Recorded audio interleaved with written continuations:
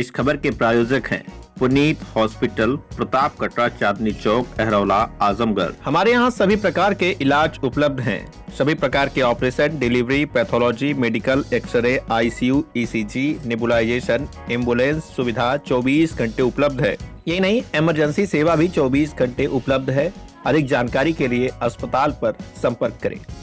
सबसे सस्ता, सबसे अच्छा।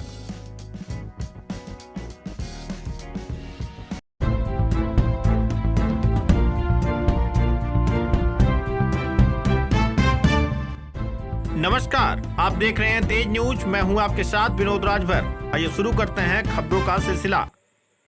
केंद्रीय गृह मंत्री अमित शाह के बयान पर बसपा में उबाल। आजमगढ़ में जमकर विरोध प्रदर्शन। संसद के शीतकालीन सत्र में केंद्रीय गृह मंत्री अमित शाह द्वारा डॉक्टर भीमराव अंबेडकर के ऊपर की गई टिप्पणी को लेकर बहुजन समाज पार्टी के द्वारा विशाल धरना प्रदर्शन किया जा रहा है। कार्यक्रम में बतौर मुख्य अतिथि डॉक्टर बलिराम यादव, पूर्व सांसद, मौजूद रहे। उन्होंने कहा कि जब तक केंद्रीय गृह मंत्री अमित शाह माफी नहीं मांगते हैं, तब तक हम लोगों का यह विरोध प्रदर्शन चलता रहेगा।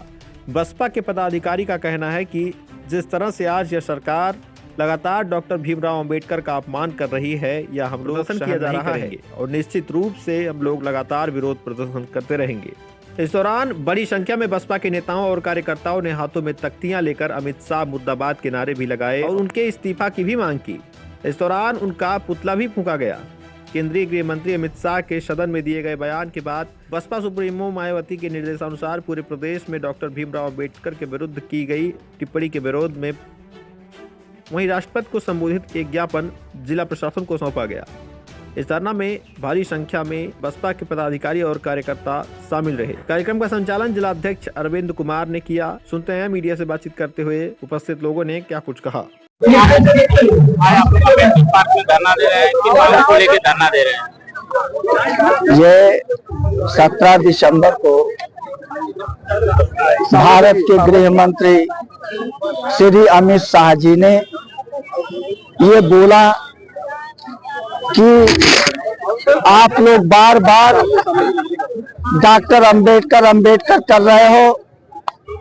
अगर आप राम राम किए होते तो आप की 7 पीढ़ी स्वर्ग में चली गई होती। साथियों, कोई पढ़ा लिखा आदमी ऐसी बात नहीं कर सकता। स्वर्ग कहाँ है? स्वर्ग धरती पर है कि स्वर्ग आकाश में है? वह जिसको स्वर्ग मानते हैं, हम उन्हीं से कहना चाहते हैं, उनसे अपील करना चाहते हैं कि आप सभी लोग अपने दल के साथ स्वर्ग में चले जाइए। हम लोग आपका बहुत बहुत धन्यवाद करेंगे। आप अपनी 7 पीढ़ियों को लेकर के वहां चले जाइए। हमको इस धरती पर रहने दीजिए और बाबा साहब डॉक्टर अंबेडकर का जो संविधान है, उस संविधान के अनुरूप हमको चलने दीजिए। क्या मांग है आप लोग? हम लोगों की मांग है कि बाबा साहब डॉक्टर अंबेडकर जैसे विद्वान को, जिसको दुनिया उनको विद्वान मानती है, उनको सिंबल ऑफ नॉलेज कहती है, अगर ऐसे व्यक्ति के ऊपर कोई संसद में और संसदीय भाषा का प्रयोग करे तो उसके हम लोग खिलाफ हैं। हम लोग यही चाहते हैं कि ऐसे व्यक्ति के को कम से कम, अगर वो गलती से यह बात कह दिया है, उन्होंने कहा कि ये प्रेस वालों ने तोड़ मरोड़ करके इस बात को रखा है, तो हम लोग ये मांग करते हैं कि वह आकर के लोगों के बीच में माफी मांगे, अपनी कही हुई बात को वापस लें। अगर ऐसा नहीं करते हैं तो हम लोग उनके त्याग पत्र को लेकर के पूरे देश में, अभी तो ये हम अनशन के रूप में शांतिपूर्वक ढंग से यहाँ कर रहे हैं, जब हम पूरे देश के पैमाने पर जब दूसरा हम लोग अनशन शुरू करेंगे, क्रमिक अनशन, भूख हड़ताल और चक्का जाम जब हम लोग करेंगे तो सचमुच में इनकी कुर्सी डगमगा जाएगी।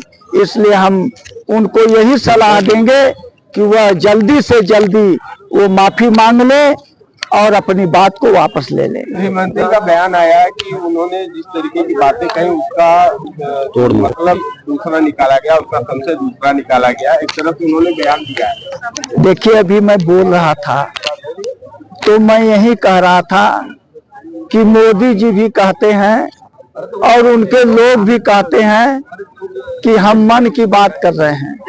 ये सचमुच में उन्होंने अपने मन की बात किया, उनके अंदर क्या चीज है, क्या सोच है, उस सोच को उन्होंने पार्लियामेंट में उजागर कर दिया।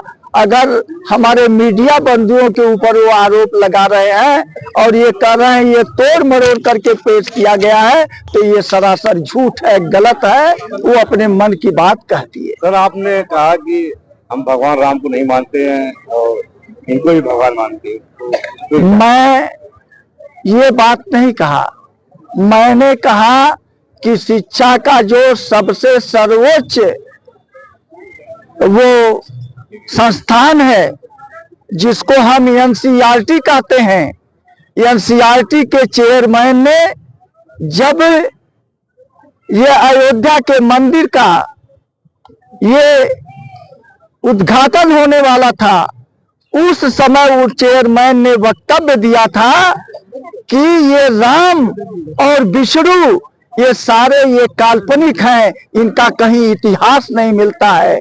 तो हम लोग तो इतिहास के आधार पर बात करते हैं, जिसका कोई इतिहास नहीं है उसका हम नाम तक नहीं लेते।